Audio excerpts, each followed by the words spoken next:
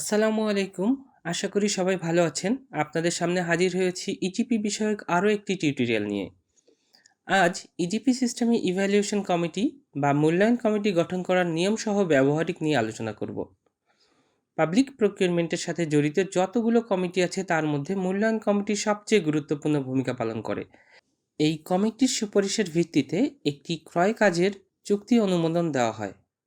E-GP সিস্টেমের tender আহ্বানের পূর্বেই মূল্যায়ন কমিটি গঠন করতে হয়।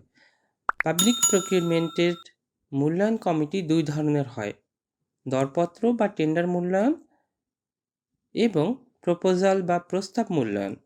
দরপত্র মূল্যায়ন কমিটি বা টেন্ডার ইভ্যালুয়েশন কমিটিকে সংক্ষেপে টিইসি বলে, অন্যদিকে প্রস্তাব মূল্যায়ন কমিটি বা প্রপোজাল ইভ্যালুয়েশন কমিটিকে পিইসি বলে।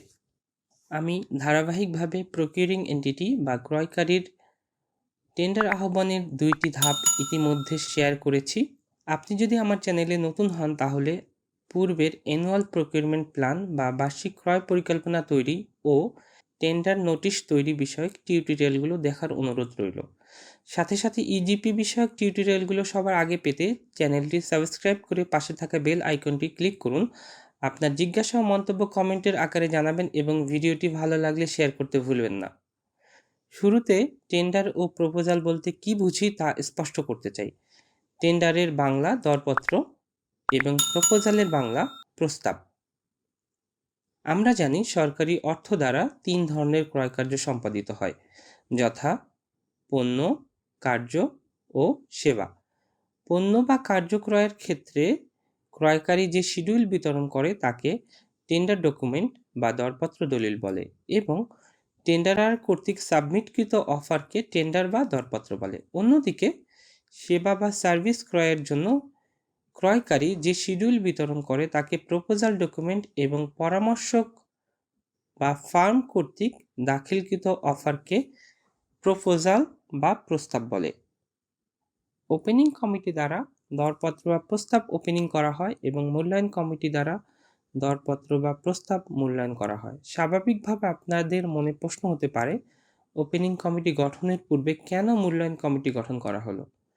পাবলিক প্রকিউরমেন্ট বিধিমালা বা পিপিআর 2008-এর বিধি 7 অনুযায়ী ম্যানুয়াল টেন্ডারে ওপেনিং কমিটি 3 সদস্য বিশিষ্ট হবে, যার মধ্যে একজন সদস্য অবশ্যই টেন্ডার ইভ্যালুয়েশন কমিটির সদস্য হতে হবে।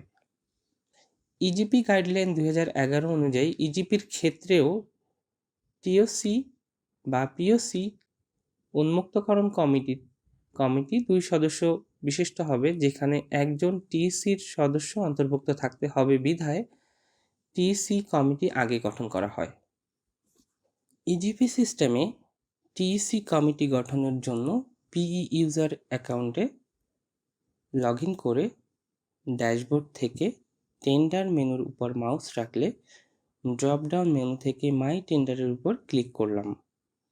এই পেজের নিচের দিকে ডিফল্ট হিসাবে ওপেন হওয়া আন্ডার প্রিপারেশন ট্যাব থেকে আপনার প্রক্রিয়াকৃত টেন্ডারটির ডান পাশের ড্যাশবোর্ড মেনুর উপর ক্লিক করুন। উন্মুক্ত হওয়া পেজটির ইভ্যালুয়েশন ট্যাবে ক্লিক করুন। এখানে দুইভাবে আপনি মূল্যায়ন কমিটি গঠন করতে পারেন। প্রথমত, ক্রিয়েটের মাধ্যমে সম্পূর্ণ একটি নতুন কমিটি গঠন করতে পারেন, অথবা ইউজ এক্সিস্টিং কমিটি এর উপর ক্লিক করে পূর্বে ব্যবহৃত যে কোনো ইভ্যালুয়েশন কমিটিকে এই টেন্ডার মূল্যায়ন কাজের জন্য নির্ধারণ করতে পারেন। আমি এখানে নতুনভাবে কমিটি গঠন করা দেখাচ্ছি। ক্রিয়েটের উপর ক্লিক করে কমিটির একটি নাম দিতে হবে।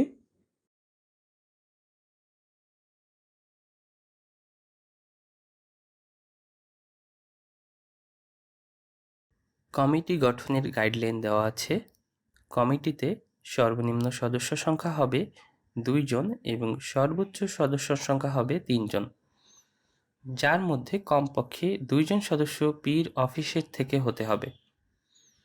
এর অর্থ অন্য পির সদস্য টিসি কমিটিতে অন্তর্ভুক্ত না করেও কমিটি গঠন করা যেতে পারে। যারা টেন্ডারিং কাজের সাথে নতুন তাদের জন্য পির সংখ্যা একটু রিপিট করব।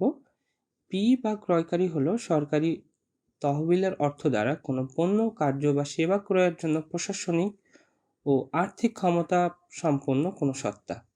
সহজ কথায় প্রতিষ্ঠানের আর্থিক ক্ষমতা বন্টনমালা দ্বারা যে এন্টিটি টেন্ডার আহ্বান করার ক্ষমতাপ্রাপ্ত।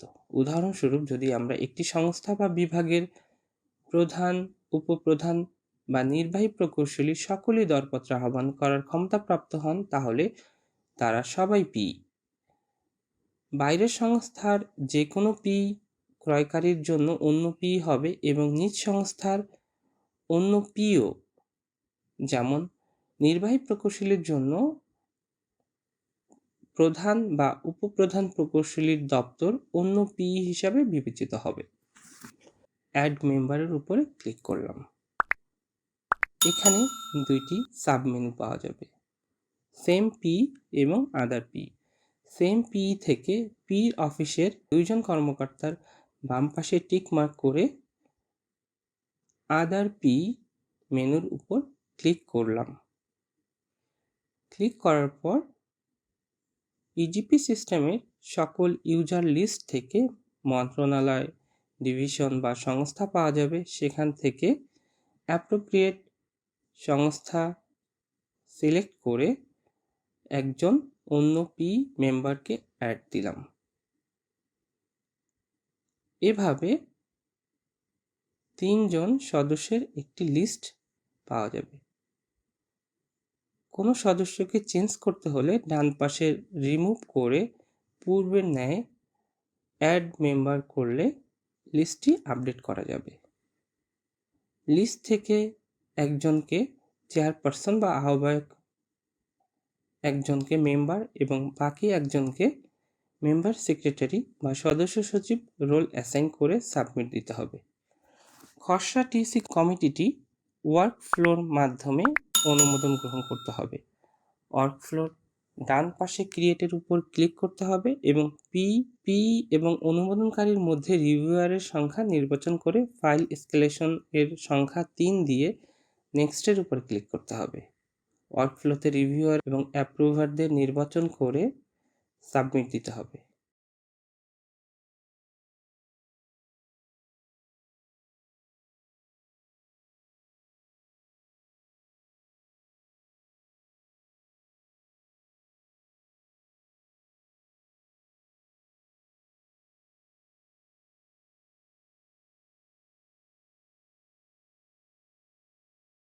প্রসেস ফাইল টু ওয়ার্কফ্লোতে ক্লিক করে রিমার্কসে প্লিজ অ্যাপ্রুভ টিএসি বা অন্য কোনো অ্যাপ্রোপ্রিয়েট বাক্য লিখে অ্যাকশনে ফরওয়ার্ড সিলেক্ট করে সাবমিট করতে হবে।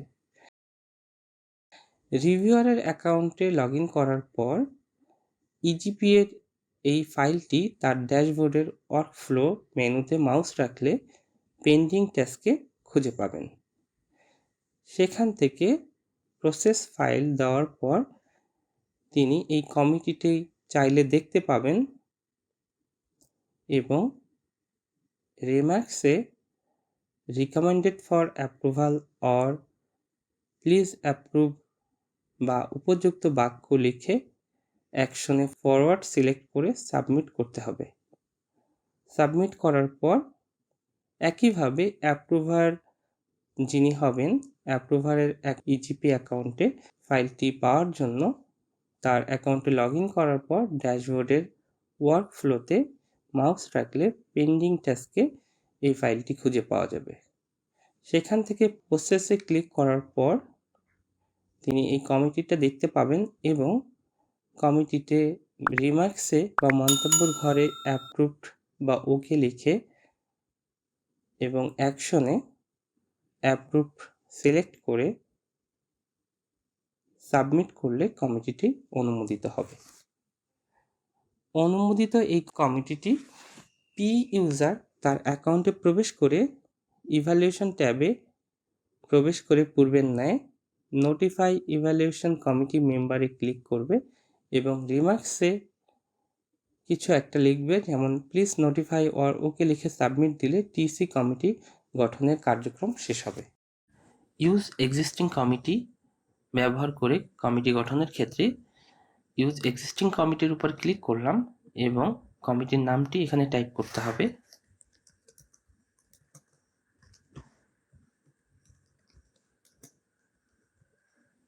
এবং সার্চ বাটনের উপর ক্লিক করতে হবে। ক্লিক করার পর ভিউ অপশন থেকে কমিটির মেম্বারদের নামের তালিকা পাওয়া যাবে এবং সিলেক্ট অপশনের উপর ক্লিক করে সাবমিট করলে এক্সিস্টিং কমিটি দ্বারা এই নতুন কমিটিটি টিসি কমিটি গঠিত হবে। এখান থেকে নোটিফাই কমিটি মেম্বার করতে হবে। কোনো কমেন্ট লিখে নোটিফাই করলে এক্সিস্টিং কমিটি ব্যবহার করে এভাবে করে টিসি কমিটি তৈরি করা যাবে।